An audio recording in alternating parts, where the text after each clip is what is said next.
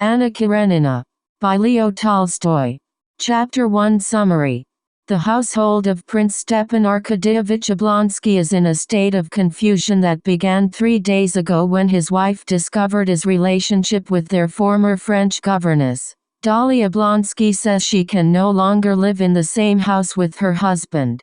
Stiva, as he is called, considers her attitude unnecessarily harsh. Despite the gravity of the situation, though she is a good mother to their 5 children and manages the household well, she is worn out and no longer young or good-looking, whereas he feels himself in prime enjoyment of his powers. Meanwhile all the servants, painfully aware of the Oblonskys' problems, feel a separation is imminent. On the 3rd day, while the barber shaves his face, Stiva reads a telegram, announcing that his sister, Anna Arkadyevna Karenina, will arrive tomorrow to visit. Perhaps she might reconcile husband and wife. Dressed and shaved, feeling fragrant and comfortable, Stepan Arkadyevich reads his letters, some office papers, and peruses a liberal newspaper, one advocating the views of the liberal majority and satisfying to his truthful temperament. Interrupting his reading, he affectionately greets two of his children, treating them to bonbons as he sends them off. While his carriage awaits him, Stiva sees a petitioner and gives her advice. Taking his hat, he feels as if he forgot something. Lighting a cigarette, squaring his shoulders, he rapidly walks to his wife's bedroom. Darya Alexandrovna is collecting her things and the children's clothes in order to pack up and leave for her mother's house. Regarding her husband out of startled eyes, prominent in her sunken and thin face, she scans his figure which radiates health and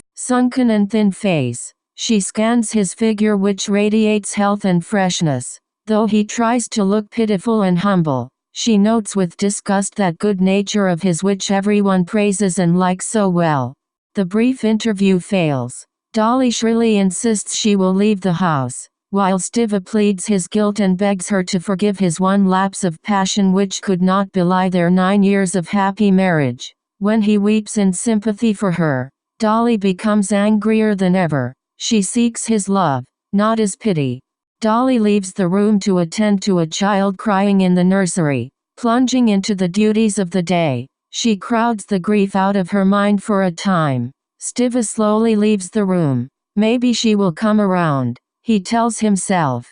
Stepan Arkadyevich, one who was born in the midst of those who has been and are the powerful ones of this world, is president of a government board in Moscow, part of a department in the ministry where his brother-in-law, Alexei Alexandrovich Karenin, holds one of the most prominent positions. Stiva's kindliness and good humor have won him the respect and liking of all his subordinates as well as his superiors. Despite excellent abilities, Stiva did poorly at school for he was idle and mischievous. Yet he does a good job at the office, never getting carried away with his work. His indifference to the business at hand increases his objectivity and accuracy.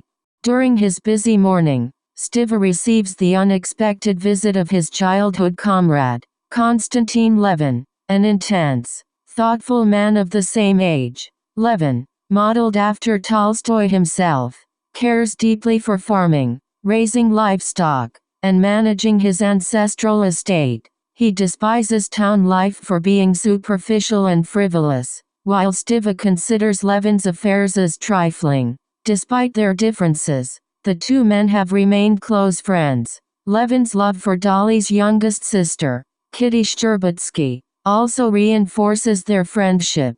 Konstantin Dmitrievich Levin has come to Moscow specifically to make an offer to the Princess Shtcherbatsky. He regards Kitty as a perfect creature and feels unworthy beside her, though he believes she deserved better than an ugly, ordinary man like himself. He feels he could not have a moment's rest until he made her an offer. When Levin arrives at Moscow, he puts up at the house of his elder half-brother, Koznishev. Sergei Ivanich Koznishev, a famous thinker and writer, concerned with intellectual problems and immersing himself in the political trends of Russia, is of an entirely different temperament than Levin.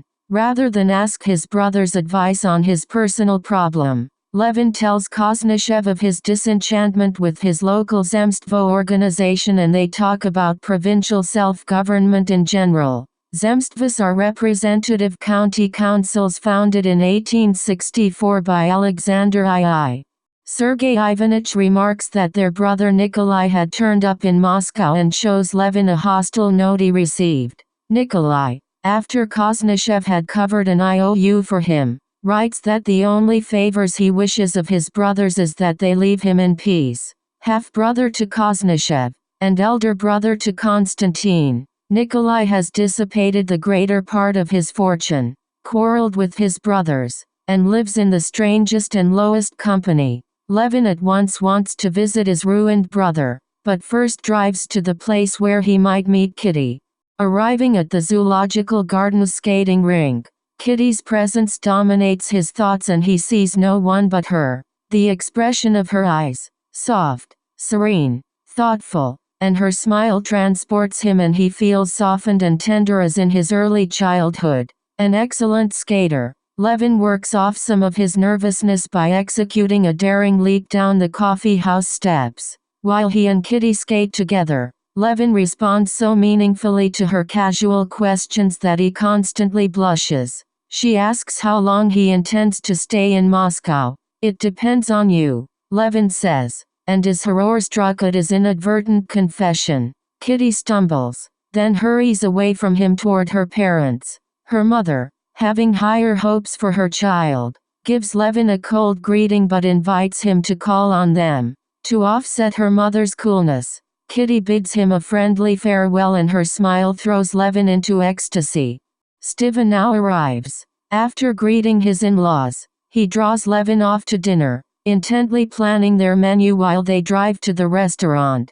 Oblonsky is perfectly at home among the bronzes, starchy tablecloths, mirrors, obsequious waiters. In their private dining room, he selects their wines and courses with elaborate care. Levin feels almost sullied in this luxurious atmosphere. After the freshness of skating and his delight in the innocence and truthfulness of Kitty, his present setting seems stale and artificial.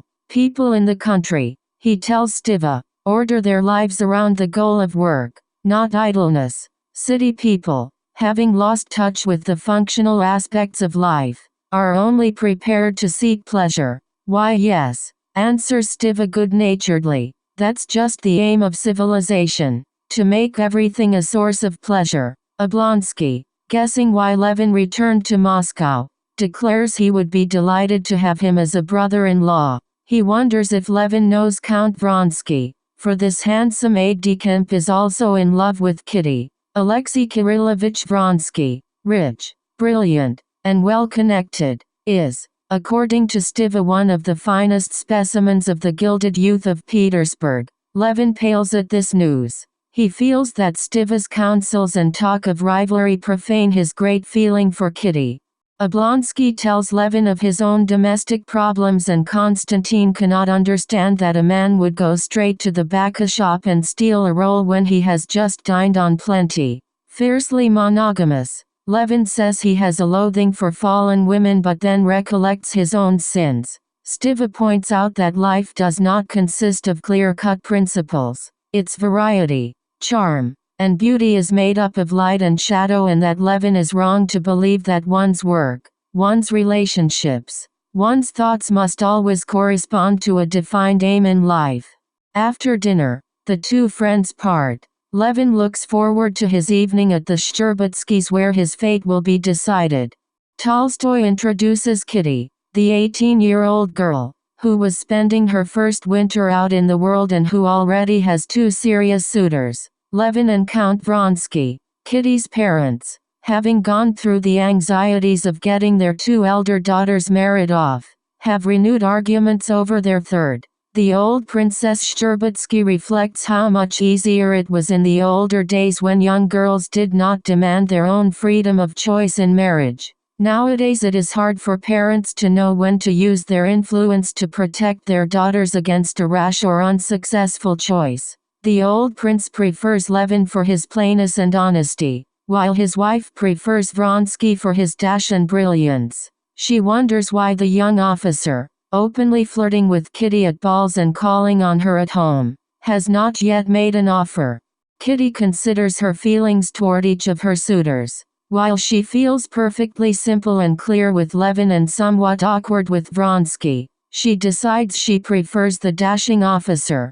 Kitty receives Levin in the drawing room alone. He blurts out his proposal, his heart sinking as he gazes at her. "That cannot be." Kitty whispers, "Forgive me." The old princess arrives and guesses what has happened. Pleased, she welcomes Levin cordially. Vronsky arrives among the other guests, and Levin remains to see the man Kitty loves. He sees Vronsky as an agreeable, sincere, very calm and intelligent person. Levin soon finds an opportunity to slip quietly away.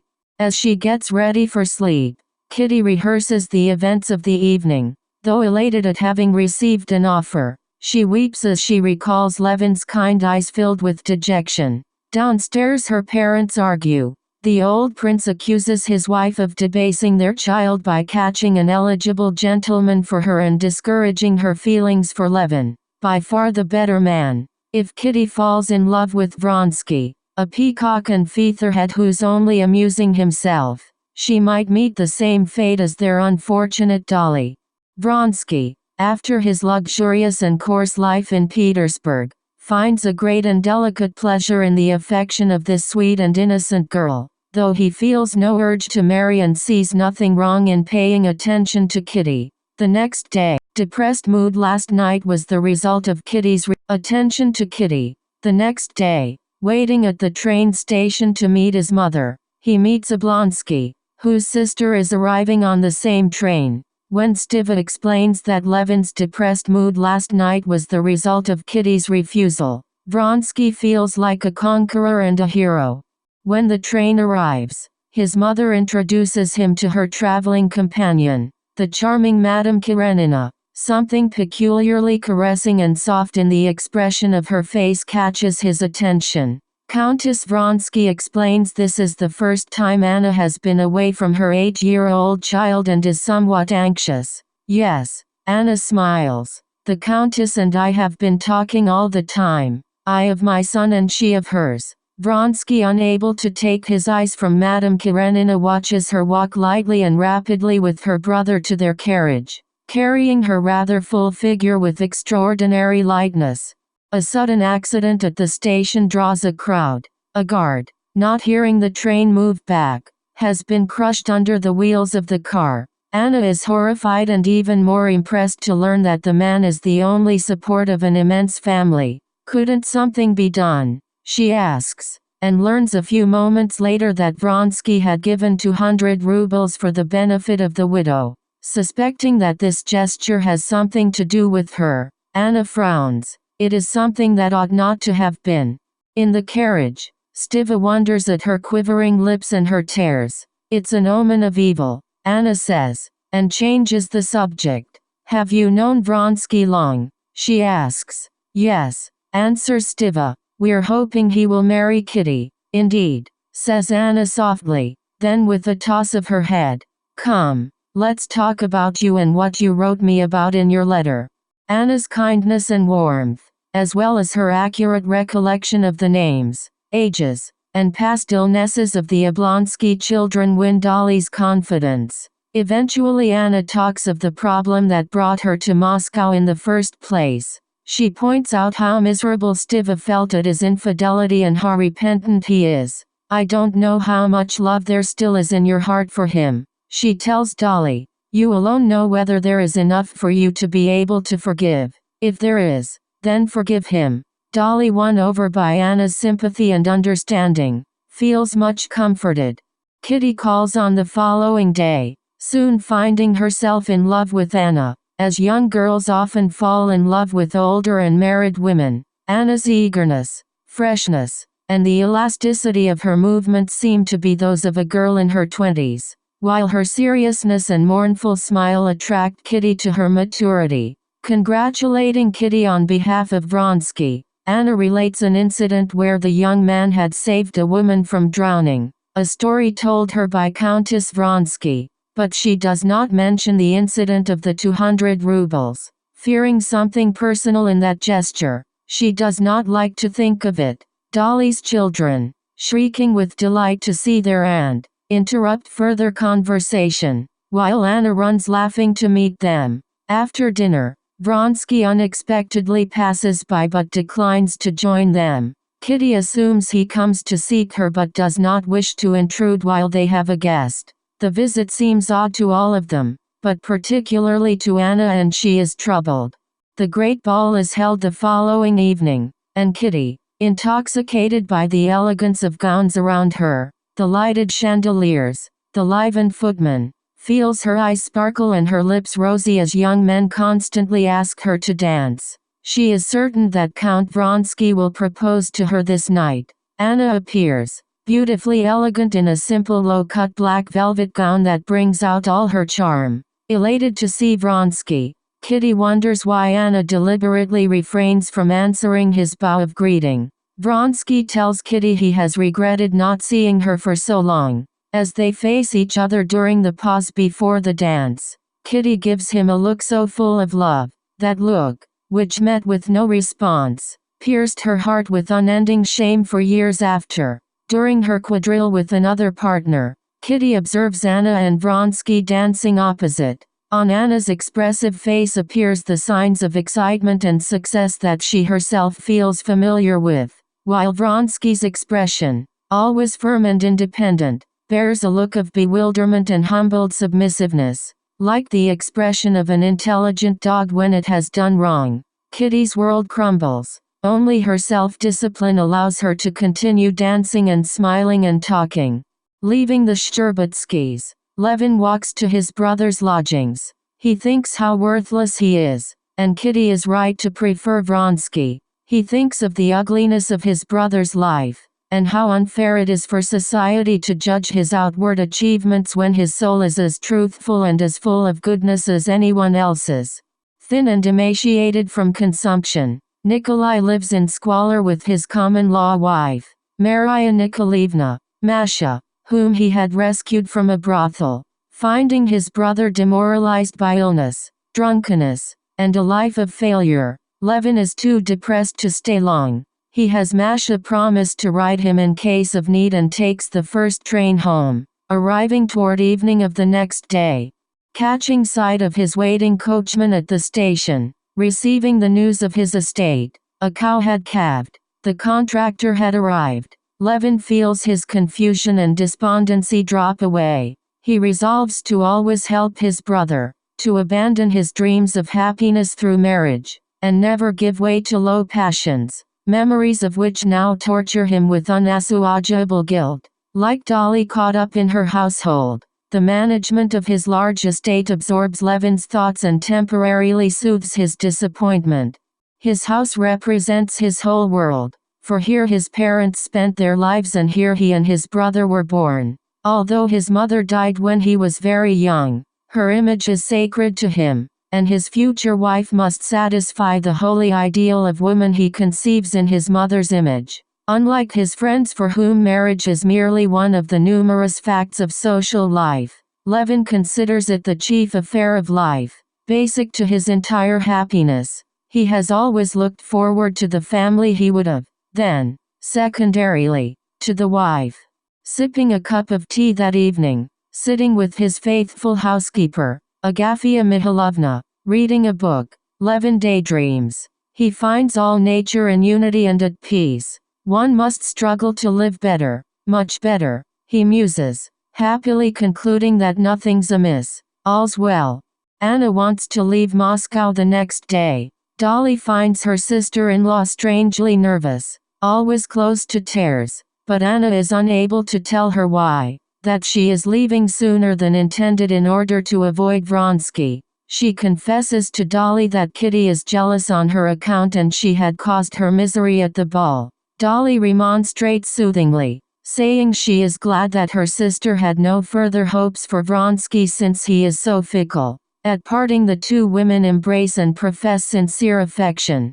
Nervous and excited, Anna is relieved to be on the train journeying home to her son and husband and resume her nice comfortable way of life again. She thinks of Vronsky and wonders at her vague feeling of shame when there is nothing to be ashamed about. Still tense, she alights at the next station for a breath of cold air. Suddenly Vronsky appears at her side and she is seized by a feeling of joyful pride at his look of reverence and devotion. "You know that I have come to be where you are," he says. "I can't help it." Pausing before her answer, Anna feels this moment in the midst of a snowstorm has drawn them close together. She begs him to forget, as she had forgotten it, the statement he has just uttered. Still in her tense mood, Anna cannot sleep for the rest of the trip. Meeting her husband at the station, she feels dissatisfied with his imposing and frigid figure, his high-pitched voice. Now noticing how his ears stick out, what she suddenly recognizes for the first time is an intimate feeling, like a consciousness of hypocrisy, which she experienced in her relations with her husband. As her son dashes downstairs to greet her at home, she feels that even he is somewhat less delightful in reality than in the image she had of him while away. But her pleasure in his caresses, seeing his plump little shape, his curls and blue eyes soothes her. After a visit from Karenin's friend, the Countess Lydia Ivanovna, and after unpacking and dining with her son, Anna feels resolute and irreproachable as she assumes the habitual conditions of her life. Karenin appears for dinner precisely at 5 o'clock, and leaves for a meeting afterwards. Every minute of his life is portioned out and occupied, for Karenin adheres to the strictest punctuality in order to accomplish what he requires himself to do. Unhasting and unresting is his motto.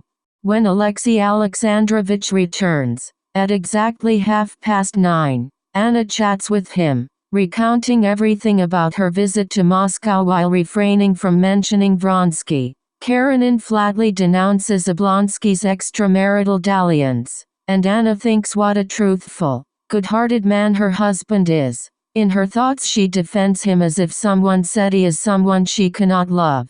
Vronsky returns to his Petersburg apartment and finds his favorite comrade, Petrivsky, there with some friends, including Baroness Shilton, Petrivsky's current companion. Amidst the slightly drunken chatter and gossip of his gay, broad-minded companions, Vronsky drops back into the light-hearted pleasant world he has always lived in. He has a bantering discussion with Baroness Shilton about divorce. Her husband, she says, wants to keep her property by way of retribution for her unfaithfulness. Vronsky dresses himself in his uniform to report to his regiment. He plans, among other visits, to pay his cousin Princess Betsy Tverskoy a call. Related to Anna through marriage, Betsy would bring him into that society where he might meet Madame Karenina, as he always does in Petersburg. Vronsky leaves home, not meaning to return until late at night. Chapter 2 Summary. Kitty is ill, and the prominent specialist who examines her, finding nothing specifically wrong, suggests she be taken abroad to a health spa. The old prince blames his wife for it. Be taken abroad to a health spa. Her father and Dolly both realize that Kitty's nervous irritability is due to a broken heart. The old prince blames his wife for influencing Kitty's affections in the first place, while Dolly explains to her mother that Kitty had refused Levin, whom she might have accepted had she not counted on Vronsky's proposal. Princess Shtcherbatsky finally realizes the sin she committed against her daughter. Tearful and miserable when Dolly comes to her room, Kitty does not divulge what her sister has already guessed, that she is ready to love and accept Levin and detest Vronsky. Instead, Kitty rages. She says she is ashamed and humiliated at discovering herself to be a marketable commodity, that all the eligible men are free to look her over, that her parents are only interested in marrying her off. She only feels free with Dolly and the children, Kitty says.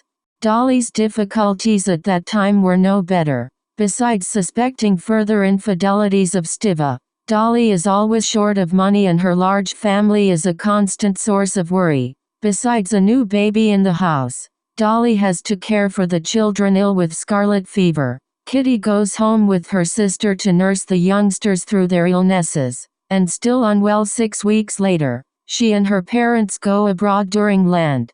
3 social spheres form subdivisions of Petersburg's top society. One is composed of Karenin's government officials, another that of elderly, benevolent, pious women and their learned, ambitious husbands, centered around the Countess Lydia Ivanovna, and called the conscience of St. Petersburg. This set is the one through which Karenin built his career and the one Anna has been closely connected with. Of late, feeling bored and ill at ease in this group whom she suspects of hypocrisy, Anna prefers the third circle of society proper, the world of balls and dinner parties. Her link with this group is through the Princess Betsy Tverskoy. In this circle, Anna and Vronsky frequently meet. At one of Betsy's dinner parties, they are engrossed in talk. Anna begs him, if he loves her as he says, to leave her in peace. But Vronsky, his face radiant as he pleads his love, says it is impossible for him to live separately from her. Anna is unable to reply. As she looks into his face with eyes full of love, Vronsky is ecstatic.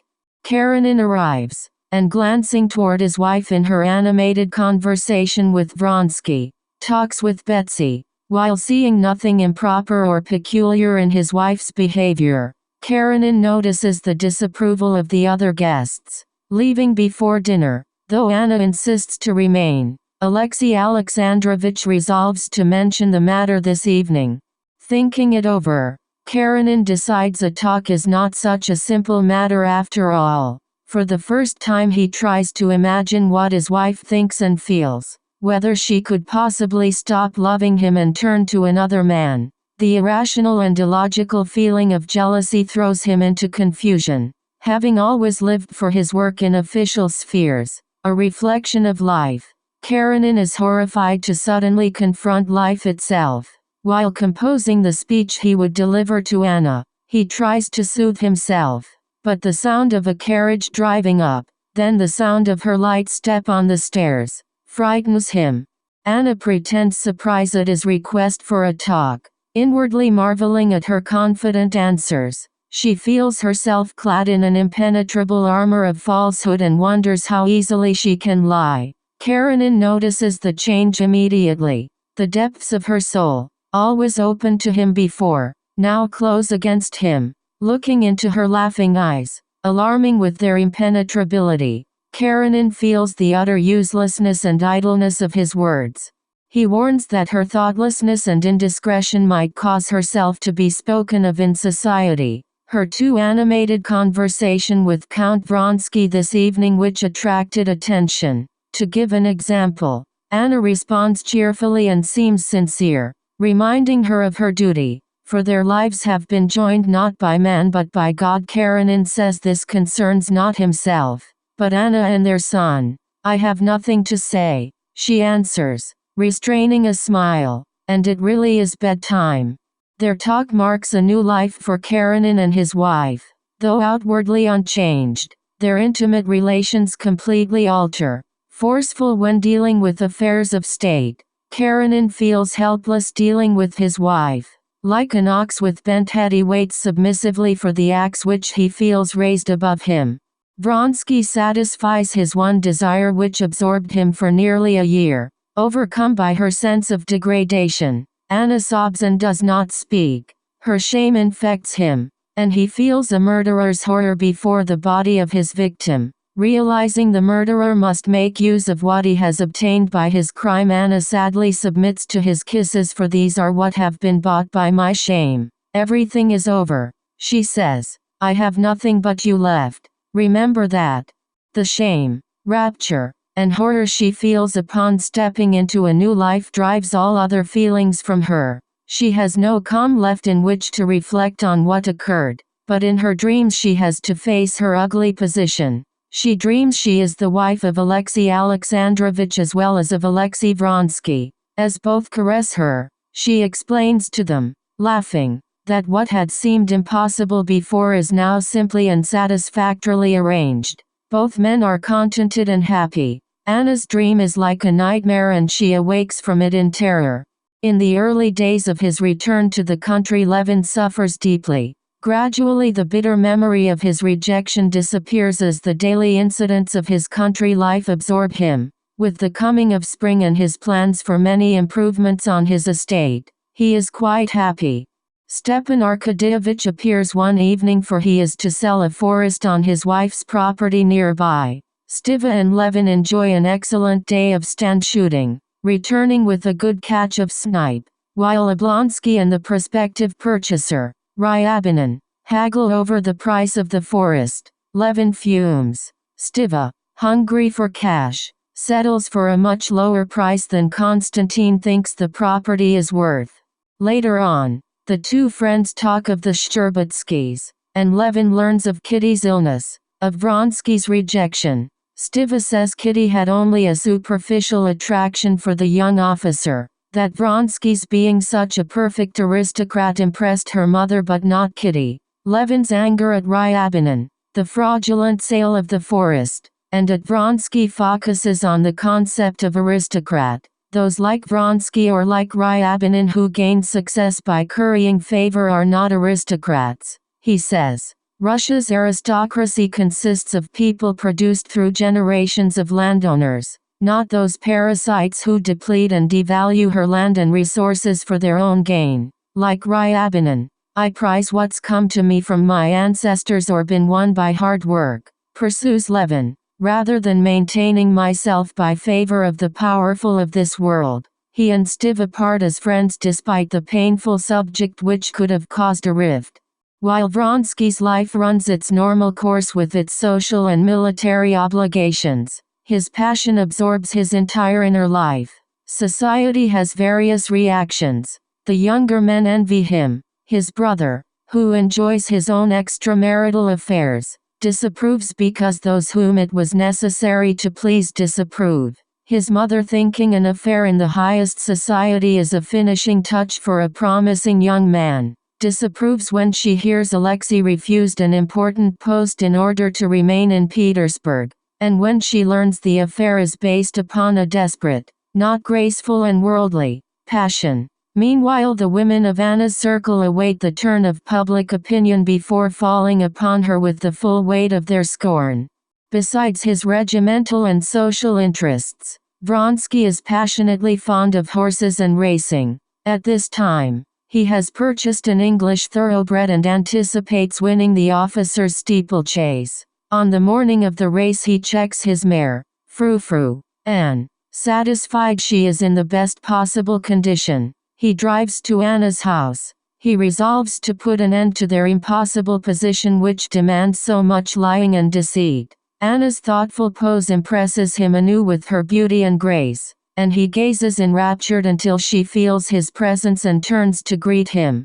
Vronsky perceives something new troubling her, but she is reluctant to answer his inquiry. Finally whispering, "I am with child," Anna brings the matter to a head. Vronsky insists that only divorce will put an end to the deception in which we now live. Our fate is sealed. For fear of losing Seryozha, Anna refuses to consider divorce, but does not mention this to Vronsky. The sound of her son's voice ends their talk, and Vronsky drives to the race.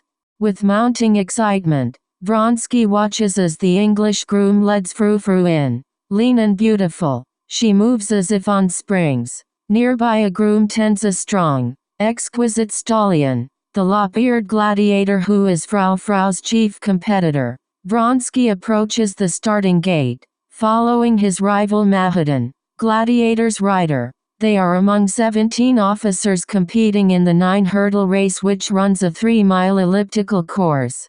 The white-legged gladiator takes the lead. Frou-Frou, without any urging, increases her speed and draws up to the other horse on the outside, just as Vronsky would have asked her to. His affection for this responsive mount increases. Leading Mahadin's stallion, Vronsky knows he will win, for Frou-Frou's last reserve of strength is more than a match for the final jump. Increasing her speed, the mare clears the ditch, but at that instant, Vronsky makes a dreadful, unforgivable blunder. He drops back. Too soon. In the saddle, the white-legged stallion flashes by. while Vronsky, with one foot on the ground, feels the mare sink beneath him. Not realizing his clumsy movement has broken her back, he tugs at the reins. Fluttering, she is unable to rise. In a sudden passion, he wrenches the lines, then savagely kicks her belly. A doctor and some officers run up, quickly deciding to shoot the mare. Vronsky leaves the race course. For the first time in his life he knows the bitterest kind of misfortune. Misfortune beyond remedy, caused by his own fault. Despite their changed relationship, Karenina maintains appearances, visiting Anna each week at their summer villa. When they talk, she chats lightly and rapidly, while Karenina, no longer observing the deceit in her entire attitude, responds. Despite their changed relationship, Karenina maintains appearances, visiting Anna each week at their summer villa. When they talk, she chats lightly and rapidly, while Karenina, no longer observing the deceit in her entire attitude, responds only to the literal meaning of her words. His hostility, however, expresses itself by an especial coldness to his son. More shy than ever before in front of his father, Seryozha is reduced to silence as Karenina addresses him with an ironical young man whenever he speaks to him. At the race, Karenina watches his wife gaze after one rider, her eyes never observing how horse after horse falls while many officers receive injuries. After Vronsky's fall, Anna weeps with relief to learn he was not killed and accepts Karenina's arm as he leads her from the pavilion. Driving home, Alexei Alexandrovich remarks on her unbecoming behavior in public, repeating his request that she conduct herself to preserve appearance. "I was and I could not help being in despair," replies Anna. "I hear you, but I am thinking of him. I love him. I am his mistress." His face assumes the solid immobility of the dead. When they arrive home, he informs her in a shaken voice that she must conform to outward propriety until he decides the measures to secure my honor. Relieved at having spoken, Anna looks forward to meet Vronsky that evening. At the German spa, Kitty is strongly attracted by a Russian girl who arrived with an invalid lady named Madame Stahl. She observes how this Madame is Elvarenka, an adoptive daughter to her companion, makes friends with all who are seriously ill. Varenka's dignity and her absorption in her work, that of performing charitable services for the patients around her, inspire Kitty to emulate her. Despite her pretty face and nice figure, Varenka lacks sensuousness. This is one source of her appeal to Kitty. Soon after the Shcherbutskys arrive, two newcomers who provoke universal and unfavorable attention appear regularly at the springs. They are a bony Russian man and a pockmarked, peasant-faced woman named Maria Nikolaevna. When Kitty learns this is Levin's brother Nikolai, she feels disagreeably inclined toward the couple. Becoming friends with Varenka, Kitty begins to plan her life according to the example of Madame Stahl and her companion, helping those in trouble, distributing and reading the gospel to the sick and criminal, and the dying is a career of peace, happiness and goodness for Kitty. Through Varenka, Kitty realizes that to live an exalted life, one must only forget oneself and love others.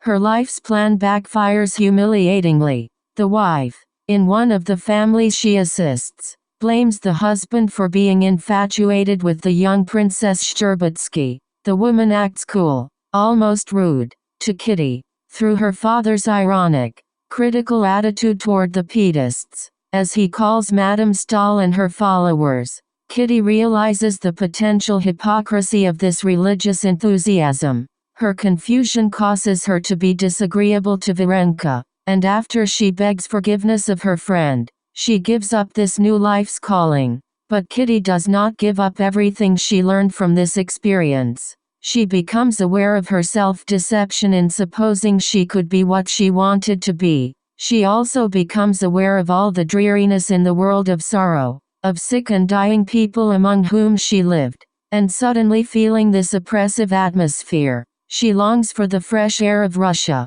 of Yershavo where Dolly and her family are spending the summer. Kitty returns home cured, no longer carefree and light-hearted, but at peace. The misery she experienced in Moscow is only a memory. Chapter 3 Summary.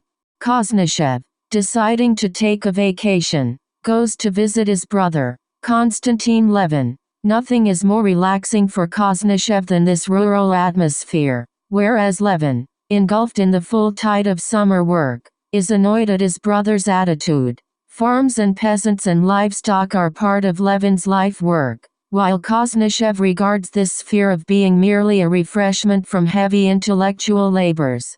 At mowing time, Levin is strongly tempted to join the mowers, but he fears his brother would laugh at him. Finally overpowered by his desire for work and exercise, refreshment from the tiresome intellectual brilliance of Koznishev, Levin, as casually as possible, orders his scythe sharpened. Working between two peasants, Levin finds it difficult to equal the efforts of the mowers with their untiring muscles. Swinging the scythe with his arm and entire body, Levin concentrates so intensely that all concept of time vanishes. At the noontime break he stays with the peasants, sharing a meal of salted bread with an old man and drinking of the warm river water. Exhausted and exultant, Levin feels at peace. Koznishev notes his brother's restored spirits when Levin returns. As they talk together, Levin suspects that Koznichev's interest in politics, in progressive trends, in the education of the peasants, whom he likes as a class, not as individuals whose experience differs from his own, are only subjects for intellectual exercise. He feels his brother lacks emotional force in all his beliefs. Koznishev sums up, "Our differences amount to this," he says, "that you make the mainspring self-interest, while I suppose that interest in the common weal exists in every man of a certain degree of advancement." Agreeing with Levin's point that action founded on material interests would be more desirable, Koznishev understands that Konstantin, with his own intense, almost primitive, nature requires intense energetic action or nothing. Appreciating one another's differences, the brothers part affectionately when Koznishev leaves. While Oblonsky goes to Petersburg on business, Dolly and her 6 children move to the country estate at Yergashavo, which was part of her dowry. By moving out of Moscow, she avoids the pressing bills of the tradesmen which lack of funds prevent her from paying, and her children completely recuperate from their various winter illnesses. Now that her husband no longer loves her, Dolly finds her greatest life pleasure through her children. Meeting Dolly and the youngsters returning from church one morning, Levin exclaims she appeared as a hen with her chicks and admires this group of an ideal family. Hearing that Kitty will spend the summer with her sister, he blushes and falls silent. Later he tells Dolly he will not call on her, since Kitty's refusal was final, and any mention of the matter is only a source of pain. One day in July, Levin drives to the village on his sister's estate to supervise the division of the hay harvest. When it is satisfactorily apportioned, he sits on a haycock to observe the meadow teeming with brightly clad peasants. A young peasant lad loading hay with his pretty bride catches his attention. As the young couple laugh together, he is struck by the strong, young, freshly awakened love which shows in their faces. Engulfed in this sea of cheerful toil, the idea enters his mind that he could, if he wanted to, renounce his artificial, selfish existence with its utterly useless education for this busy, honorable life of simple toil deep in thought. Levin leaves the meadow while a chilling night breeze springs up. As a four-in-hand drives by, he sees the serene, thoughtful expression of a girl's face in the window, and then Kitty's candid eyes fall on him. Her face lights up with wonder and surprise, but she does not look out again. As the carriage passes and daylight brightens the sky, Levin makes his decision. "No," he says, "however good that simple life of toil may be, I cannot go back to it. I love her." At Anna's confession, Karenina remains still and death-like. After seeing her home, he is better able to examine the problem. Like a sufferer who has had the bad tooth extracted, he feels relief at his wife's outburst. Despite his deep cowardice, he first considers challenging Vronsky to a duel. Karenina decides that, being indispensable to the ministry, he should allow nothing to interfere either with his duties or his reputation. No, a duel would solve nothing. Legal divorce, or even separation, is also not feasible, since the resulting scandal would injure only himself and the guilty parties would be united. They should rather suffer from their crimes. His only recourse is to keep his wife with him, conceal from the world what had happened, use every measure in his power to break off the intrigue, and above all, though he does not admit this, to punish her. His decision pleases him, and he feels satisfied that religious sanction coincides so conveniently with his self-interest. He resolves to write Anna a letter announcing his decision to maintain the status quo. When he arrives home in Petersburg, Karenina first writes to Anna, then turns to an official matter, the business of setting up a commission to inquire into the work of the Native Tribes Organization Committee. Having accomplished both important items of work, Karenina retires, well pleased with himself. Despite contradicting Vronsky when he said their position was an impossible one, Anna too desires above all to put an end to her false and dishonorable marriage. But where would she turn if put out of her husband's house? In her distress she imagines that Vronsky, loving her less, already finds her a burden. No, she cannot offer herself to him. Besides miserable, Anna is frightened. In her new spiritual condition she feels everything in her soul is double, each part claimed by conflicting loyalties to the two men in her life. If her relations to Vronsky and Karenina are in question, there is no ambivalence about Seryozha. Her aim and only support in life is her son, but she must act quickly to secure his helpless position. Ordering her things packed, she decides to leave with him for Moscow. Then she reads Karenina's note which just arrived, and feels her plight more awful than ever, shuddering at his threat that he would take her son if she persists in her unlawful ways. Anna finds her husband's insistence to lead the same life they always live further evidence of his willingness to exist by lies and hypocrisy. Enraged and frustrated, she realizes she is not strong enough to escape this intolerable situation. Never able to know freedom in love, she would remain the guilty wife constantly threatened with exposure, deceiving her husband for a disgraceful liaison with a man whose life she could not share. Weeping unconstrainedly, Anna cannot conceive how it will end. Later that afternoon she attends Princess Betsy's croquet party, leaving early to meet Vronsky at 6 o'clock. As he does 4 or 5 times a year, Vronsky spends that day figuring his accounts and putting all his affairs in order. Despite his frivolous life, he hates irregularity and always manages his finances with care. He calls this day of reckoning a faire de lessive, and at this point, Tolstoy also reckons up the course of Vronsky's life. Throughout his career, Vronsky has lived by a code of principles which answers problems in his life.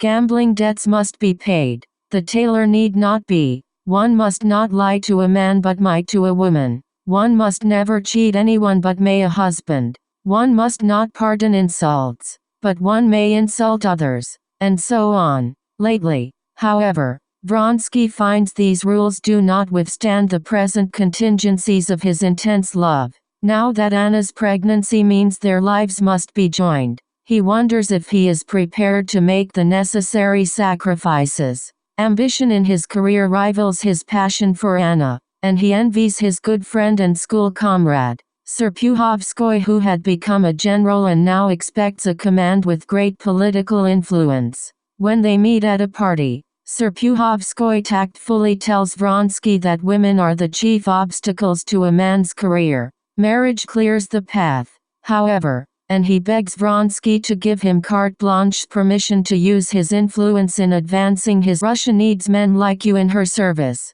He tells the officer, promising to think it over. Vronsky goes to meet Anna. When he reads Karenina's note to Anna, and she tells of her confession, he joyfully thinks a duel is now inevitable and pictures that honorable moment when, after firing into the air, he awaits the shot of the outraged husband. Serpuhovskoy's advice flashes through his mind, that it is better not to bind oneself, and he knows he cannot mention this thought to Anna. Seeing the lack of determination in his face, Anna loses hope. Things cannot remain as he supposes, says Vronsky, thinking of the duel but saying something else. She must leave her husband. But my son, cries Anna, I should have to leave him and I can't and won't do that. To Vronsky the choice is simple. She must leave her child or maintain this degrading position. To whom is it degrading? Says Anna. The only thing important in her life is Vronsky's love, and if that's mine, I feel so exalted that nothing can humiliate me. As she sobs, Vronsky, himself close to tears, feels helpless knowing he is to blame for her wretchedness. Sadly, Anna realizes her fears. Everything will remain the same. That Monday, at the usual sitting of the commission, Karenin emerges victorious. His motion carried after a fight, even against the arguments of his rival Stremov. 3 new commissions are appointed to investigate the reorganization of the native tribes. Petersburg society talks of nothing else but Karenin's latest victory. The next day Anna arrives in Petersburg, her visit marring Karenin's satisfaction from yesterday's triumph, demanding his wife's conduct to be above the suspicions of even the servants. Karenin forbids Anna to meet her lover. In return, he allows her all the privileges of a respectable wife without fulfilling the duties of one. The after effects of Levin's evening on the haycock destroy his pleasure as a squire and make him dissatisfied with farming. He is additionally annoyed because Kitty is spending the summer merely 20 miles away. Seeking a change, Levin visits his friend Sviazhsky, who lives in a remote part of the district with splendid snipe marshes nearby. Although the hunting is poor, Levin's discussions with Sviazhsky and another guest about the state of the Russian peasant and the inefficient use of the land inspire him to devise a new system of agriculture. After a few days, he hastens home to put his plan into action. Levin wants to increase the peasants' interest in the success of their work, even if it means, temporarily, that new methods and new machinery be sacrificed. He plans that he and the peasants work as shareholders in the estate. One stumbling block is that summer farming is in full swing. Another is the insurmountable distrust of the peasants. They cannot believe that the master has any other aim than to squeeze all he can out of them. Some of the peasants grasp the idea of cooperative land plots and parts of the farm are divided accordingly, the rest of the estate remaining as before. Problems arise, of course, and some of the peasants do not put in the improvements they had agreed upon. These matters, along with managing the rest of the estate and writing a book on the subject, occupy Levin until well in September. Late one evening a visitor arrives. Hearing the familiar sound of coughing, Levin runs downstairs to greet his brother Nikolai. He has come, as Levin requested, to receive his share of a recently sold family estate. Although happy to see him, Levin feels frightened as he kisses the dry skin and looks into the unnaturally glittering eyes. Death, since it marks his own brother, confronts him for the first time and with an especially irresistible force. Despite their deep affection, their conversation is insincere and disagreeable. Though Levin knows his brother is trying to hide his fear of death, he is stung by the bitter criticisms the sick man makes of his new system. Nikolai accuses him of being communistic, that Levin, lacking conviction, just reorganizes the peasants to flatter his self-esteem. After Nikolai leaves, Levin sees death or the advances of death in everything. He works harder than ever to realize his scheme, feeling this the one thread to guide him through the ever-impending darkness. Chapter 4 Summary. Although totally estranged, the Karenins live as before. Anna continues to meet Vronsky but always away from home, and her husband knows about it. All 3 endure their misery only because they hope for a change. Karenin expects this passion to pass with the lapse of time, while Anna hopes something will turn up to settle the situation. Vronsky, submitting to her lead, waits for the problem to clear up of itself without his taking any action.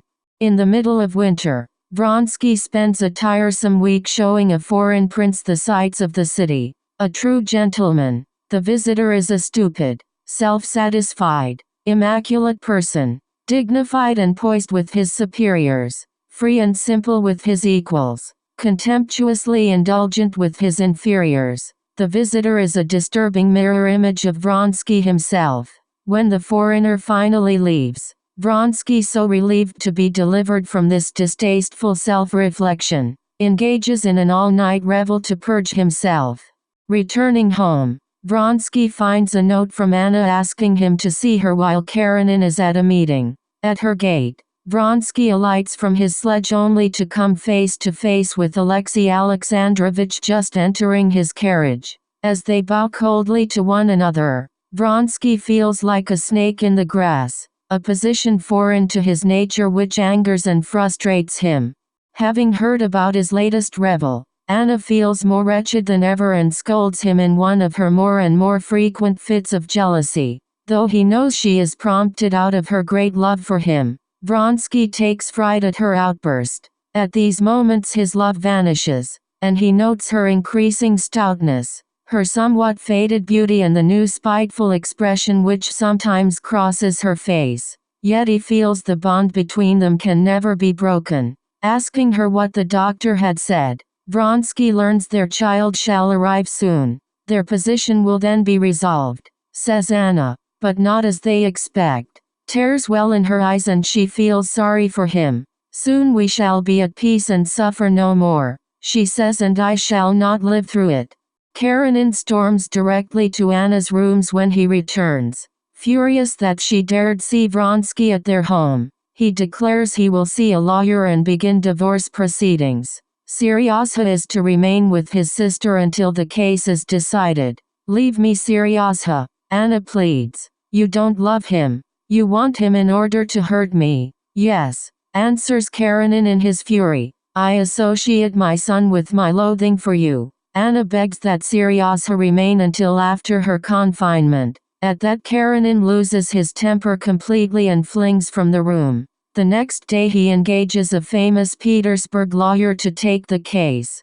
Karenina's previous victory at the last sitting of the commission turns into defeat. With full information about the condition of the native tribes, gathered through all the administrating officials in these remote parts, his enemy, Stremov, goes over to his side, carrying other members with him. Not only agreeing with Karenina, Stremov proposes even more radical solutions to the problem so that, carried to an extreme, the measures prove ridiculous. The commission divides in confusion, no one knowing whether the native tribes are flourishing or impoverished. All the indignation of public opinion and of officialdom falls on Karenina, owing to the contempt of those who know Karenina's domestic life. As well as this last blunder, his position is somewhat precarious. To remedy matters, Karenina resolves to travel, at his own expense, to the distant provinces and investigate for himself the condition of the native tribes. Stopping in Moscow for 3 days, Karenina meets Oblonsky. To get rid of his brother-in-law, Alexei Alexandrovich agrees to dine at the Oblonskys the following evening. Stiva is delighted to have Karenina as the most distinguished guest for his party, where Kitty and Levin are also to attend. This occasion emphasizes his recently happy life. Although still short of money, he manages to provide fine gifts for the pretty actress he has recently taken under his protection, and Dolly has been quite cheerful for a time. Returning from church, Karenina sets to work. He writes to the lawyer, enclosing some of Vronsky's letters to Anna as evidence, and then receives a deputation for the native tribes on the way to Petersburg. Then the servant announces Oblonsky. Stiva begs Alexei Alexandrovich to reconsider the divorce. At least Karenina must talk to Dolly before going any further with proceedings.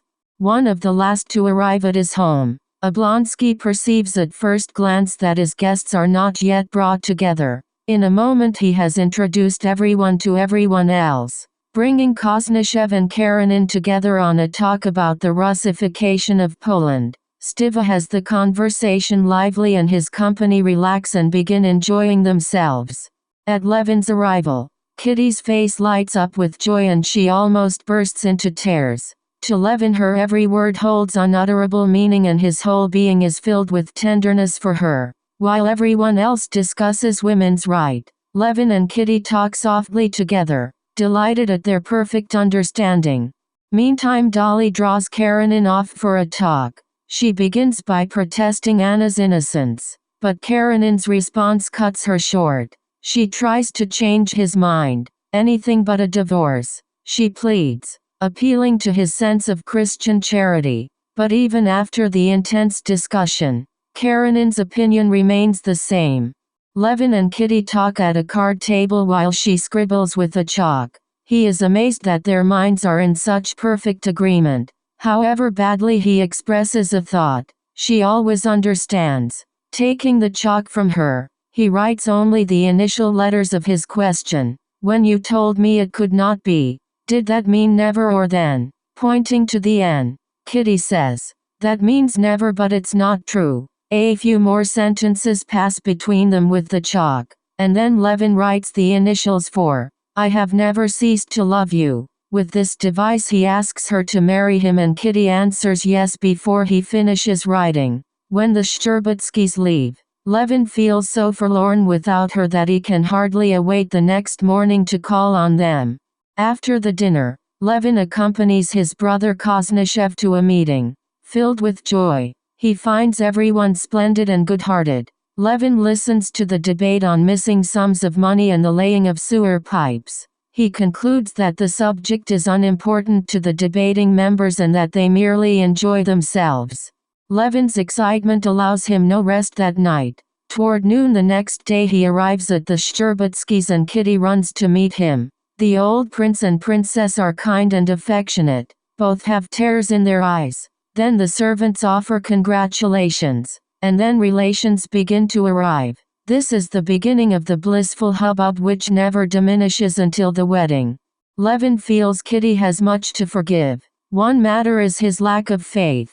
But his betrothed does not care. She says she knows his soul and in it sees the goodness she values. The other item concerns his past life, and Levin regrets he is not as chaste as she. Wishing to share all his secrets, he gives her his diary, and Kitty weeps bitterly over the notebook.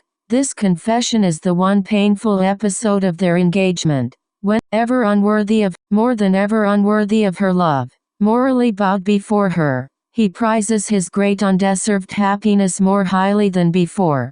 Returning to his lodgings, Karenina recalls his talk with Dolly, annoyed at her reminder of Christian forgiveness. Love those that hate you. Karenina turns to consider his tour of inspection in the provinces. First he reads his 2 telegrams. One contains news that Stemov received the very appointment he had coveted for himself.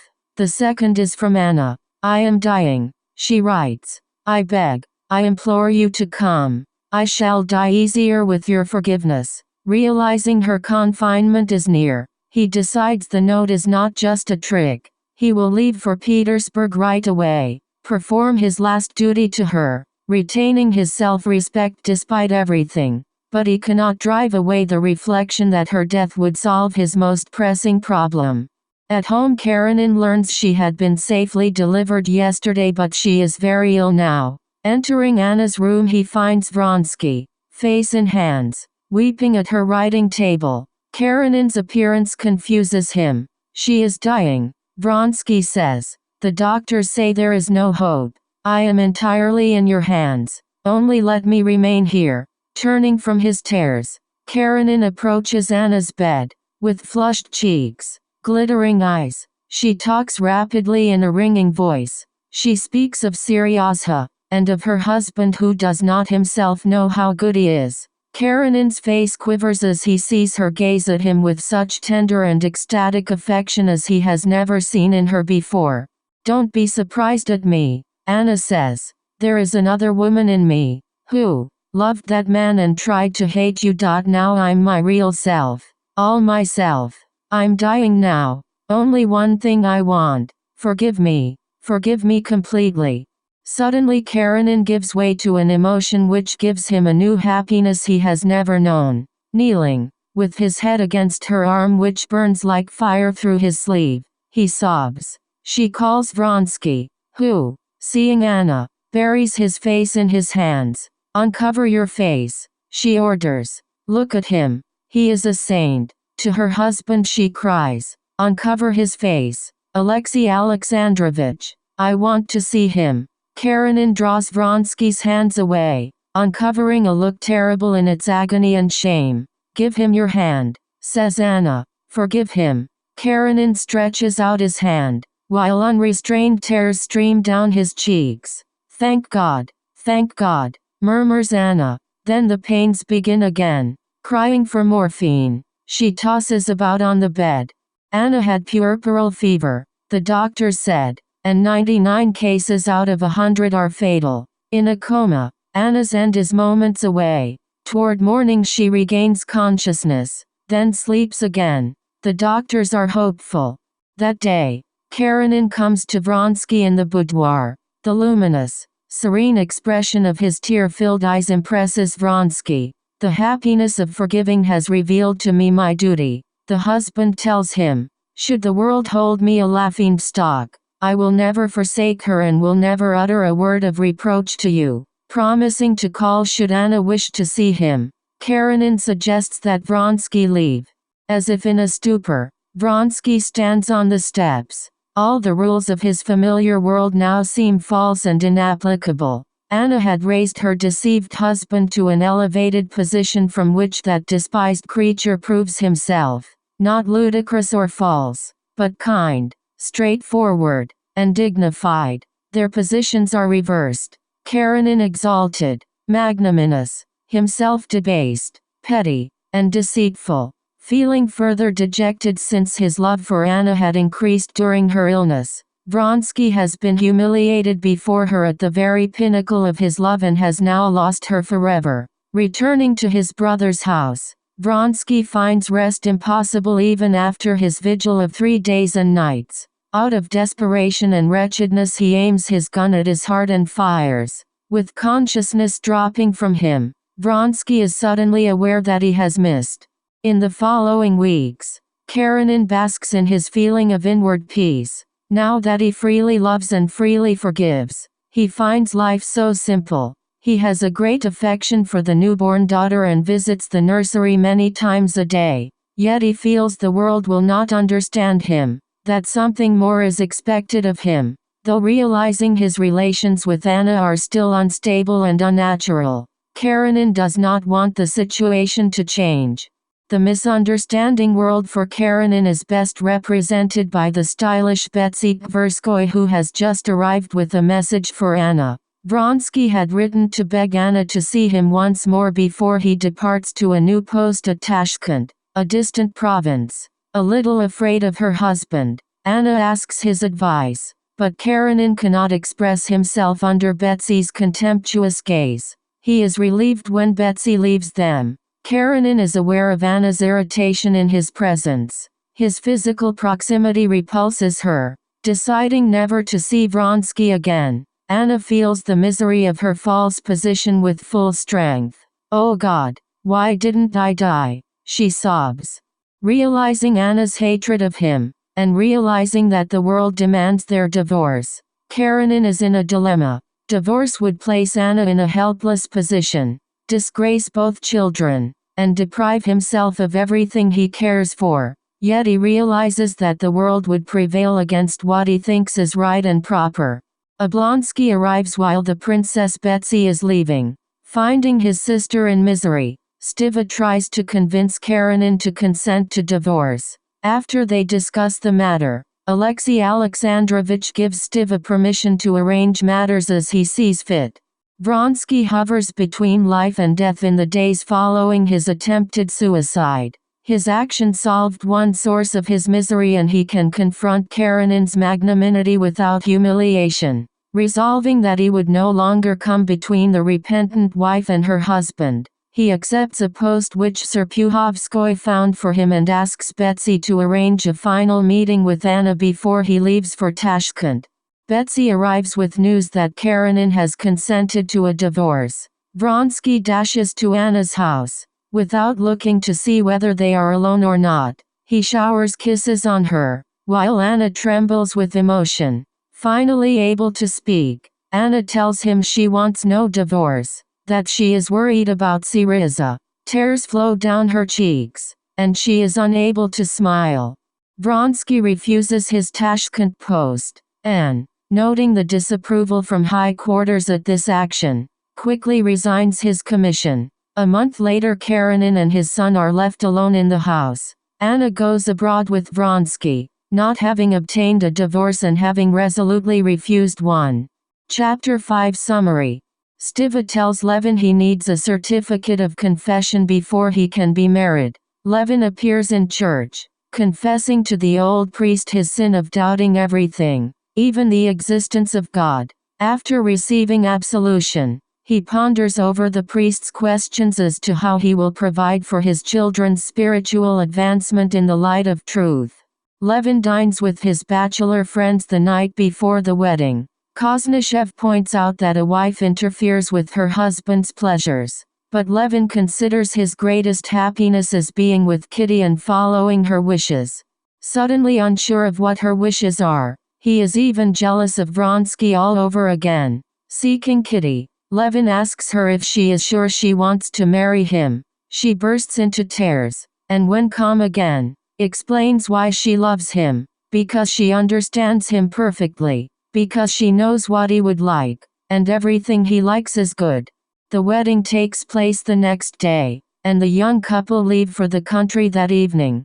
During the 3 months that Anna and Vronsky travel abroad, they are sensitive to the reactions of their acquaintances. Avoiding contact with Russians, they discover that most people they know are tactful about their illegal relationship. In this first period of freedom and rapid return to health, Anna feels unpardonably happy, and her illness, the crisis of Karenina's attitude, levitating from her son, seem like parts of a fevered dream. Vronsky's presence is a continual delight for her. He is constantly attentive, showing no regret for sacrificing a promising career for her sake. Although seeking imperfections in Vronsky, Anna can find none.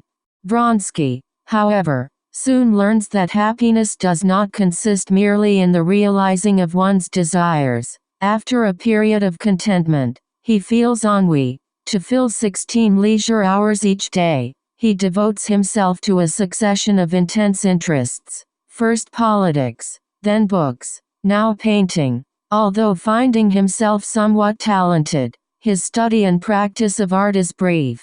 Vronsky realizes how shallow his talent is when they become acquainted with a Russian painter living in the same Italian town. Abandoning his own portrait of Anna, he commissions the artist to paint her picture. Without this occupation, their life suddenly becomes boring. They decide to return to Russia and settle in the country. Anna plans to visit her son in Petersburg, while Vronsky intends business with his brother and divide their property. Despite their great love, the first period of Levin's married life is a trying one. Not knowing what is important to each of them, they have frequent arguments. After each quarrel, however, they experience a renewed tenderness and reaffirmation of their love. Only during their 3rd month of marriage, after a 4-week stay in Moscow, does life begin to run smoothly. Working on his book explaining his system of land reform, with Kitty embroidering near him, Levin recalls how he used to write in order to subdue the feeling of all-pervading death. Now he works to subdue the feeling of unspeakable brightness and joy. Having always believed that marriage was the time one started the business of life most seriously, Levin marvels at his months of idleness, for he has not done farm work or touched his book since his wedding. He does not understand Kitty's idleness and lack of serious interests derived from her instincts of nest building. Tolstoy explains that Kitty is preparing herself for the time when housekeeping and child-raising become the total significance of her life. Levin receives a letter from Maria Nikolaevna which tells that his brother is dying, and prepares to leave for Moscow. Kitty insists to accompany him, despite Levin's reluctance to have his wife confront a fallen woman. They arrive at the dilapidated, dirty country inn where Nikolai, Levin and Masha are staying. Levin is repulsed by the dirt and disorder of the sick room, by the writhing and groaning of the living corpse which is his brother. Kitty sits by Nikolai's bed, holding his hand and comforting him by sympathetic, unoffending words. She orders a better room for Nikolai, supervises the maid at dusting and scrubbing, has fresh linen put on the bed, fresh clothes for the patient, sends for the doctor, the chemist, summons the waiter. Nikolai has a new expression of hope on his face as he is freshly attired, resting comfortably in a sweet-smelling orderly room. At Kitty's urging, he agrees to receive the sacrament and extreme unction, but his only faith, he whispers to Levin, rests in the phial of opium which releases him from his constant pain. For 3 days, Nikolai hovers on the brink of death. The long vigil is a terrible physical and emotional strain on those around him. When his brother finally dies, Levin is in utter despair at the enormity of death. He must cling more strongly than ever to life, to love. At this point, he learns that Kitty is pregnant. Karenina finds himself alone and despised by all, as a sick dog left by the pack to fend for itself. At the deepest point in his misery, Countess Lydia Ivanovna enters his study unannounced and offers herself as his confidant and helper. Doing what she can to lighten his burden of petty cares, the Countess begins to run Karenina's household.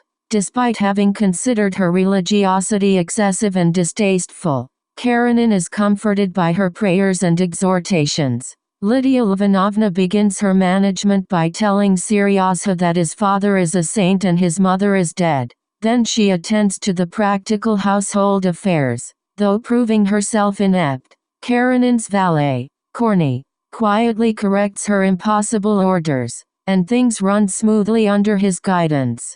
Lydia Ivanovna is given to excesses. She frequently falls in love, especially with people connected with the court, and now directs all her affections at Karenina.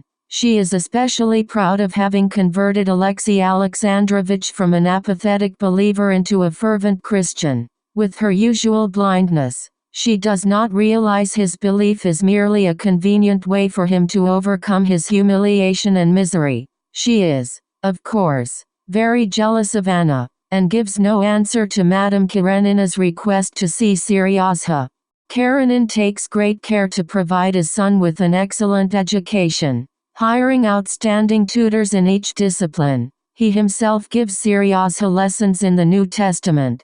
Seryozha, meanwhile, does not believe that his mother is dead. His favorite occupation during his walks is to look for her. Every comely, dark-haired woman sends such a rush of tenderness through him that his eyes fill with tears. He imagines how his mother would come to him, her smiling face revealed as she raises her veil to kiss him. Arriving at Petersburg, Anna thinks of nothing but her son and how to meet him. Humiliated at the Countess' lack of response, Anna's shame turns to wrath when Lydia Ivanovna does right, saying that Seryozha's ideals would be shattered by his mother's presence. She enters the house early one morning and goes to her son's room. Seryozha has become a young boy since her absence. Thinner, taller, more mature, aching with love. Anna hugs him while he is still asleep. Finding his mother is a reality, not a delicious dream. Seryozha wriggles in her arms and presses closely against her. Anna returns to her hotel room so dazed she does not know why she is there. Despite her intense longing, and having prepared her emotions for the meeting, she has been unable to foresee how violently the encounter would affect her. Now the nurse brings in the newly dressed baby girl, whose round pink face wreathes in smiles when she sees her mother. Yet Anna feels her love for little Annie is nowhere as intense as that reserved for her son, the first child on whom she lavished all the affection she could not give its father. Gazing at her son's photograph, she sees a picture of Vronsky on the same page of the album. Suddenly remembering he is the cause of her present misery, along with a surge of love for Vronsky, she reproaches him in her mind for not being here to share her unhappiness. Perhaps he does not love her, she thinks, and finds all sorts of evidence to prove it. Their separate hotel suites. The guest Vronsky brings with him rather than seeing her alone. When Vronsky and Anna meet for dinner that evening, he finds her in an unusual, reckless mood. She has invited guests to dine with them, flirts with the man, and, suddenly, decides to attend a benefit performance at the opera that night where all Petersburg will be there to see her. Your presence will acknowledge your position as a fallen woman, Vronsky wants to say to Anna, begging her not to go. He tries not to look at her beauty, now heightened by the gown she will wear to the theater. Anna cries out that for her nothing matters but her love for Vronsky, that she does not regret what she has done. Arriving when the performance is in full swing, Vronsky goes to Anna's box at intermission. He learns that she has been insulted by the countess in the next box, and her name is on everyone's lips as people throng the halls. Only at home does Anna succumb to the emotions her humiliation has aroused. She blames him for her shame, and Vronsky can comfort her only by repeated assurances of his love. Her dazzling beauty irritates him, and in his heart he reproaches her action. The next day, fully reconciled, they leave for the country. Chapter 6 Summary. Levin's household at Pokrovskoe is filled with summer guests he calls the Shtcherbatsky element, although Koznishev is also there. These include Dolly, her children and governesses, the old princess, supervising Kitty's pregnancy, Kitty's father, and Varenka, who finally fulfills her promise to visit when Kitty is married. Koznichev's interest in Varenka causes everyone to hope for their marriage. Koznishev was once betrothed to a girl when Levin was a child. When she died, Koznishev vowed never to fall in love again. On this occasion, however, he decided to ask Varenka in marriage, and the moment of declaration arrives when they find themselves alone during a mushroom hunting expedition. Nervous in the pregnant silence, Koznishev and Varenka talk about the difference between two mushroom varieties. Their tension subsides, and each is somewhat relieved. I cannot be untrue to the memory of Marie, thinks Koznishev as they walk quietly and slightly abashed toward the rest of the company. Stepan Arkadyevitch arrives that afternoon with another guest named Vasenka Veslovsky. Good-natured and handsome, brilliant in society, the newcomer has just spent some time at Vronsky's estate 50 miles hence. Although Vasenka makes a favorable impression on everyone else, Levin dislikes him, for he seems to pay a special court to Kitty. When Dolly, the old princess, and Kitty eagerly listen to Vasenka's stories at dinner, Levin's jealousy intensifies. He imagines that Kitty is already in love with Vasenka and perhaps has even planned a rendezvous. Later, Levin blurts out his suspicions to Kitty. She explains that she listened so intensely to Vasenka because he told them of Anna's life with Vronsky. Levin feels guilty for suspecting dishonorable intentions of such a capital fellow. Intending to be cordial, Levin with Vasenka and Stiva sets off for a two-day shooting expedition. Through Vasenka's heedlessness, many small reversals occur throughout the outing. Veslovsky's bungling prevents Levin from a successful catch of snipe. Nevertheless, Levin overcomes his hostility and concludes that, after all, Vasenka is simple, good-hearted, and congenial. At home once more, Levin's jealousy flares up again. Kitty, as well, is made miserable by Vasenka's attentions. Despite acknowledging his guest's basic guiltlessness, Levin asks Veslovsky to leave. Everyone finds this ridiculous. Levin has no right to indulge his hypersensitivity to needlessly insult a guest. But Kitty and Levin are much relieved to be rid of Vasenka's bumbling presence. Dolly keeps her promise to pay Anna a visit. Driving along, she ponders on the problems of married life. She sighs, considering her whole existence is spent either being pregnant or nursing babies, caring always for children and sometimes losing one despite the cares and worries. She wonders, why is everyone so against Anna? Anna has someone who loves her, whereas she, Dolly, has a husband who loves others. Thinking of her life if it included a love affair, all sorts of passionate, impossible romances appear to her fancy. Anna did quite right. Dolly concludes. At least she is happy and is making another person happy. I certainly have no reproaches for her. As her carriage approaches the manor house on Vronsky's estate, Dolly meets Anna on horseback with Veslovsky, Sviazhsky, the Princess Varvara, Anna's aunt, and Vronsky. Anna's face lights up as she recognizes Dolly, and Vronsky warmly greets her. Dolly finds everything about Anna brightened by her love. She is now more beautiful than ever. Admiring the estate, Dolly is impressed by many new buildings. Those are the servants' cottages, Anna explains. She points out the stud farm, the stables, the new park, and Alexei's newest passion, a brand new, partly constructed hospital Vronsky built for his peasants. Anna brings Dolly into the well-appointed nursery, furnished with modern and expensive English goods. Impressed by the healthy dark-haired little Annie, Dolly remarks how well she crawls, how pretty she looks.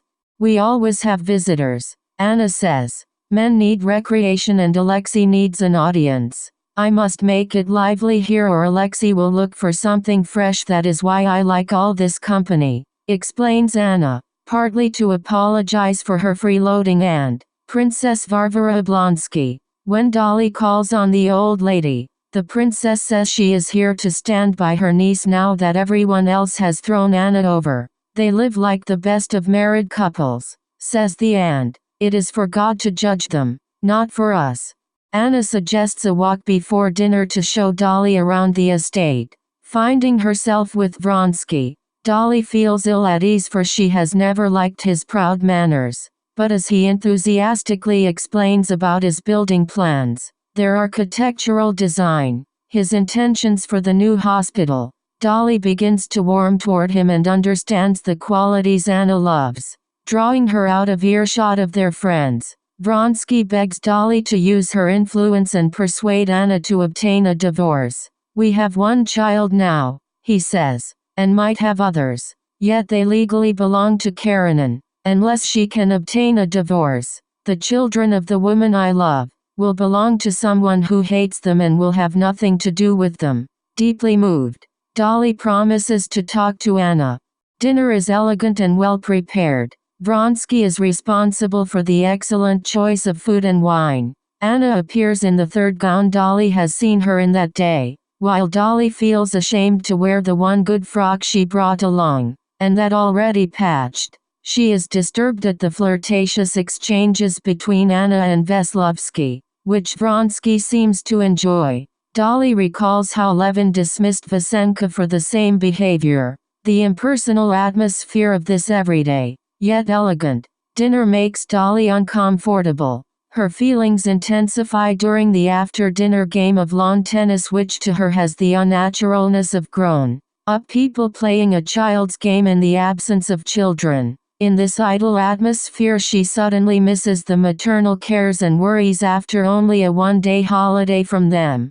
While Dolly prepares for bed, Anna comes to her for a private talk. She asks what Dolly thinks of her life, though looking forward to the end of summer when she and Vronsky will be alone together. Anna says everything shows that he will spend half his time away from home. Dolly advises divorce so Anna and Vronsky can marry and legitimize Annie and future children. When Anna firmly declares there will be no more children because she wishes it so, an unheard of world presents itself to Dolly for the first time. My only ties to Alexei are those of love, continues Anna, and she must always be fresh and lovely to keep his interest. Dolly feels an impassable gulf of questions separate her from Anna. Questions they can never agree on and which remain better unspoken. Divorce would mean she permanently loses Seryozha, Anna explains to Dolly. Loving her son and her lover equally, but both more than myself, she continues, is an impossible dilemma. I cannot have them both, and that's the only thing I want. Nothing else matters, Anna concludes. Filled with pity for Anna's suffering, Dolly sees her own life with renewed charm. She is eager to go home the next morning, while Anna is sad to see her go. She realizes that with Dolly's departure the feelings aroused in her will never be stirred again. Vronsky and Anna live on in the same way and have much to occupy them. Besides reading many novels, Anna studies in architectural and agricultural journals to keep up with Vronsky's interests. Her knowledge and her memory amaze him, and he frequently discusses problems with her and finds her suggestions helpful. Appreciating all she does out of love for him, he nevertheless chafes at the loving snares she holds him in. Were it not for having scenes each time he attends a civic meeting or a race, Vronsky's chosen career as a progressive landowner would satisfy him entirely. In October occur the nobility elections in the Kashin province where Vronskys, Sviazskys, Koznachevs, Oblonskys, and some of Levin's estates are located. Vronsky is amazed how calmly Anna takes the news of his departure. Not daring to question her deeper responses, he leaves for the elections as a gesture of independence and to allay his boredom.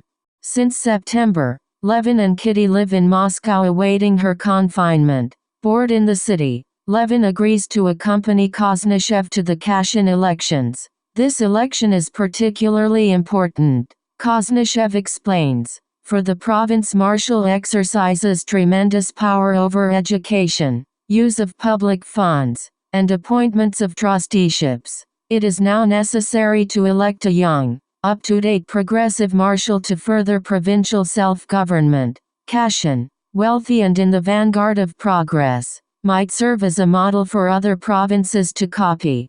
Levin does not understand the political power wrangles among the noblemen gathered at the assembly, nor does he attach much importance to the debates, speeches, or voting. He is glad to meet the old landowner he met last year at Sviazsky's, and their conversation expresses what Levin's friends would call a reactionary viewpoint, as the two talk of their loyalty to their farms. Despite low profit and much work, Levin recognizes that he and this old landowner represent an ancient tradition of landowning that newcomers, like Vronsky, are changing by turning agriculture into an industry. Levin and his friend work more for love than for capital gain.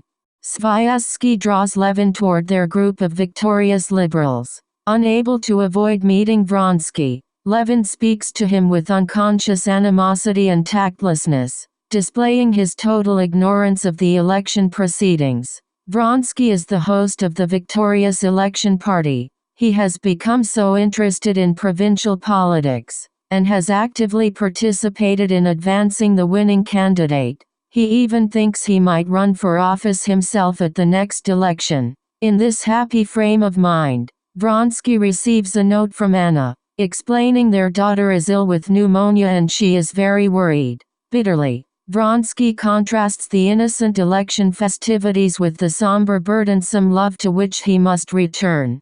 Anna has had no peace of mind since Vronsky left her so coldly. She knows he will be displeased to be asked to return home, and Annie is no longer seriously ill. As usual when Vronsky demands his rights to freedom, Anna concludes with the sense of her own humiliation. He can go where he pleases, while I cannot, she thinks. His cold look shows his love is cooling, but even so, their relationship can never change. Only her love and charm can hold him. She quiets these thoughts with morphine each night so she can sleep. Only marriage will guarantee Vronsky's felicity, Anna decides, and writes Karenina for a divorce. Toward November, they move to Moscow and set up house like a married couple. Each day they expect a reply from Karenina, then a divorce. Chapter 7 Summary. Kitty's delivery is long overdue and Levin, despite himself, settles into the expensive routine of Moscow life. He attends concerts, receives and returns pointless social calls, attends the English club to dine, drink, and even plays some of the idle games his set indulges in. The club atmosphere of luxury, peace, and conviviality makes him even feel friendly toward Vronsky. Oblonsky convinces Levin to meet his sister Anna, who would be glad to see him. Her position is a trying one, Stiva tells him in the carriage, for none of Anna's women friends call on her. Despite her loneliness, she keeps herself occupied. Besides writing a promising children's book, Anna is taking charge of the destitute dependents of Vronsky's English groom who has ruined himself through drink. She is coaching the boy for school and has taken the girl into her house. Levin's introduction to Anna is through the portrait he sees in the study. He is charmed by the picture of a woman of almost perfect beauty. Seeing Anna, he realizes the artist had caught her qualities, but finds the reality fresher and more seductive, though less dazzling. Completely won over by Anna, Levin is touched not only by her charm and cultivation and intelligence, but by her deep sincerity. When he returns home, Kitty flares up in jealousy, noting the peculiar brilliance of his eyes from his visit with Anna. Kitty says Anna has bewitched him, that he has fallen in love with her. They become finally reconciled after a long talk.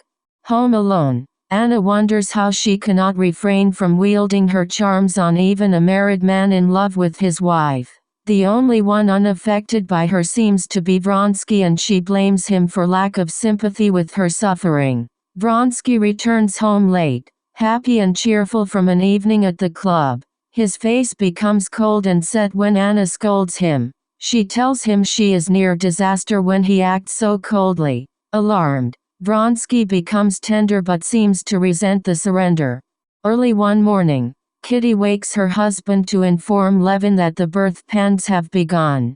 Panicked, Levin rushes to the doctor, to the pharmacist, and wonders why everything seems to move with unbearable slowness while Kitty's life is in danger. Later that evening, his son is born. He is awestruck at the strange way of life of women, seemingly so superior and important to that of men. He feels a sense of apprehension at his son, at this new helpless life coming from nowhere that suddenly asserts itself as part of humanity.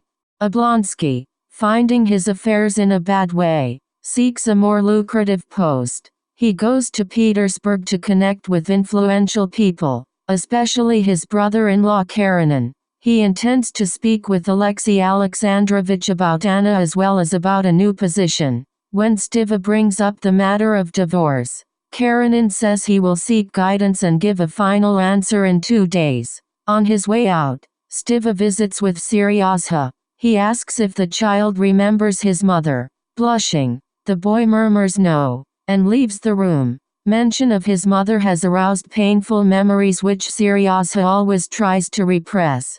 At one of the parties Stiva attends at Betsy Tverskoy's, he learns that Karenina is not only influenced by that half-witted Lydia Ivanovna but by a mystic nobody named Landau who has been so taken up in Petersburg society that one woman has adopted him as her son. Karenina and the Countess do not take a step without seeking the advice of this charlatan. Oblonsky calls on the Countess Lydia Ivanovna to ask her to recommend him among her influential friends. There he meets Karenina and Landau, the mystic. The Countess and Alexei Alexandrovich talk only about their new faith, which they assure Stiva is the sacred truth.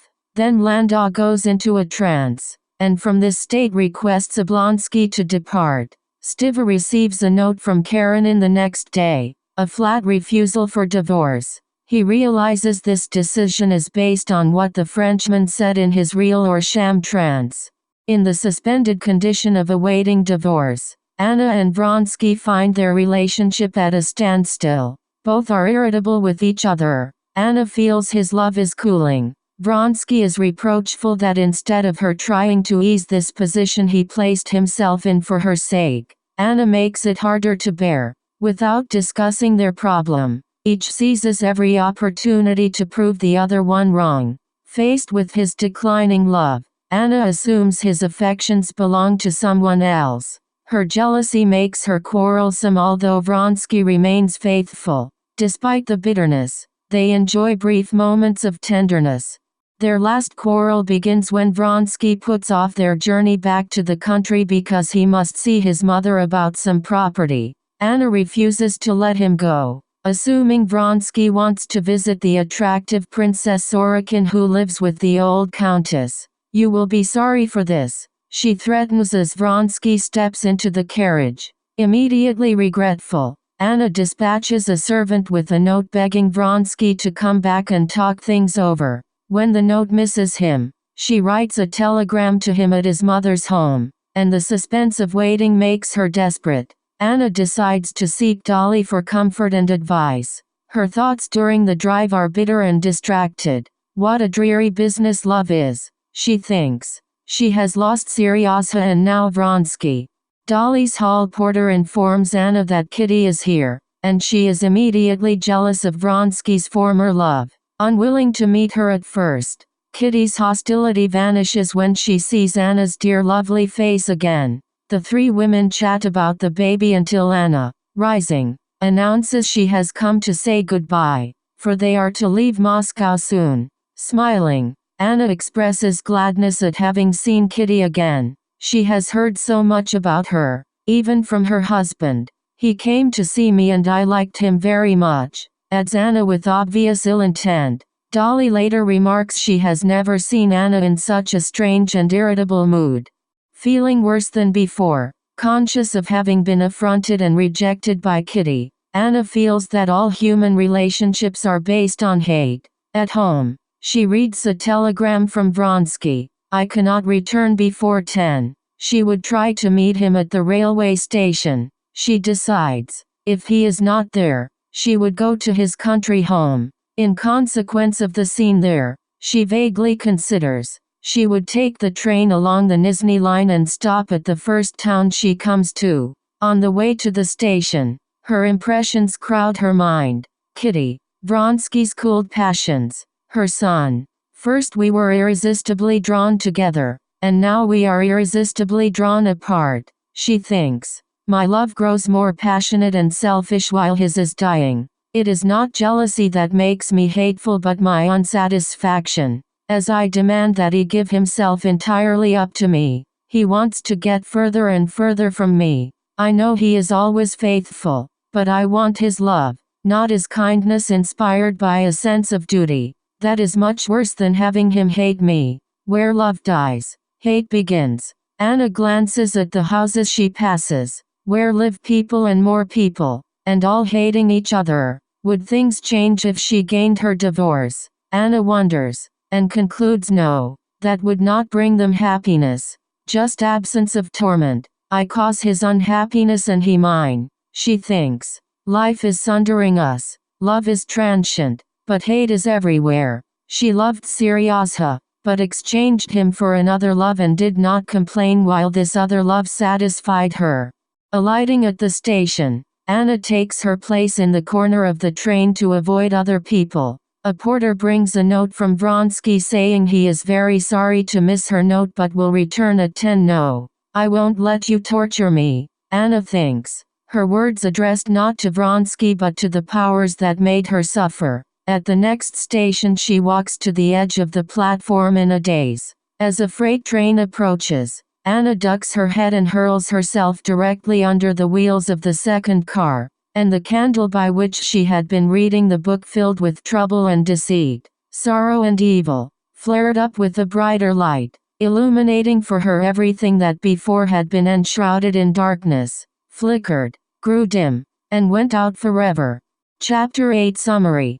Having recently published a book which was poorly received by the public, Koznishev devotes his energies to promote the cause of the Serbian war, which engages the sympathy of the Slavophilic newspapers and the entire nation. After working for this cause throughout the spring and summer, he looks forward to a fortnight's rest at his brother's country estate. Koznishev and his friend Katavasov take a train almost entirely occupied by a load of volunteers on their way to the front. Vronsky and his mother are at the station. Famous not only for his terrible misfortune of 2 months ago, the Count is known for volunteering himself and a whole squadron which he personally outfitted for the Serbian war. Chatting with Oblonsky, Koznishev then goes to greet the Countess Vronsky. She describes her son's condition after Anna's death, how he would not speak for 6 weeks, and only accepted food when she forced him to eat.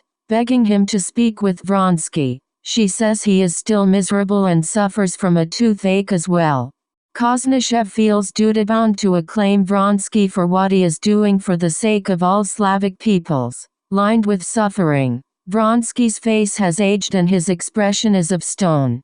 Since my life is loathsome to me and useless, he tells Koznishev, I am willing to waste it in this way as in any other. An approaching switch engine reminds him of his pain, and he tries to recall his best moments with Anna. Memories of his cruel and vindictive love poison his recollections. He can clearly picture the mangled body, with her beautiful head still intact, and the expression on her face as if she repeated that dreadful threat, that he would be sorry, she had uttered in their last quarrel. His face distorted by sobs, Vronsky turns from Koznishev until he masters himself. At the ringing of the bell, they take their respective places on the train. Nursing the baby, Kitty reflects on her husband's unceasing search for belief. Since the death of his brother, Levin examined the questions of life and death through reading philosophy and through modern scientific concepts which replaced the religious faith of his childhood. Though these ideas are intellectually interesting, Levin thinks, they provide no guidance for life. Feeling like a man unprepared for life who must inevitably perish because of it, Levin reads tirelessly, but still finds no explanation. Without knowing what I am and why I am here, life's impossible, he thinks. If I am just a little bubble organism in the immensity of time and space which lasts a little and then bursts, then life is not just a lie, but the cruel jest of some evil, hateful power to whom one could not submit. Death is the one way to escape this power, and Levin hides gun and rope for fear of committing suicide. But he exists happily, he discovers, when he ceases worrying about the meaning of life, absorbed among the 1,000 daily tasks of his existence, farming, livestock, his family, his hobbies and shooting and beekeeping. Levin finds satisfaction, but he does not know why. On an especially busy day, Levin chats with one of his peasants. Remarking on the differences among people, the old man explains why some extend credit and why others don't. Some men live for their own wants, nothing else, he says, while some like Falconich, an upright old peasant, live for their soul. He does not forget God. Suddenly inspired, Levin asks how one lives for his soul. Why, that's plain enough, answers the worker. It's living rightly, in God's way, like yourself. For instance, you wouldn't wrong a man. Feeling wonderfully illuminated, Levin finds the ideas he struggles with so clear they blind him with their light, and he has been solving the problem of life's significance all along without having realized it. He thinks, one must live with the greatest goodness possible, and reason and intellect have merely obscured this simple, natural, irrational truth. In light of the truth of natural goodness, Levin finds everything clear and simple. He returns home with a joyful heart. While Kitty, the nurse, and the baby are still walking in the woods, Levin gets drawn, against his will, into an argument with Koznishev and Katavasov about the Serbian war. Levin believes that a man would sacrifice himself for the sake of his soul, but not for murder. He does not agree that Russia's entry into the war expresses the will of the people, since a common peasant, for instance, is interested in his immediate material needs. Changing the subject, Levin observes the gathering storm clouds and suggests they all seek shelter. At the height of the storm, Levin struggles through the forest to search for Kitty and the baby. He finds them drenched, but safe. Fear and relief having torn him from the world of sophistic argument, Levin feels restored by nature and this atmosphere of family love now that the thunder shower has passed. As he and Kitty stand on the terrace, gazing into the clear night sky, Levin feels at peace. My life will still be the same despite my new realization, he thinks. He will still quarrel with Kitty, scold the coachman, express himself tactlessly, and feel remorse afterwards. Though I am still unable to understand with my reason why I pray, he thinks, I will go on praying. But my life is no longer meaningless as it was before. Now it has the positive meaning of goodness which I have the power to put into it.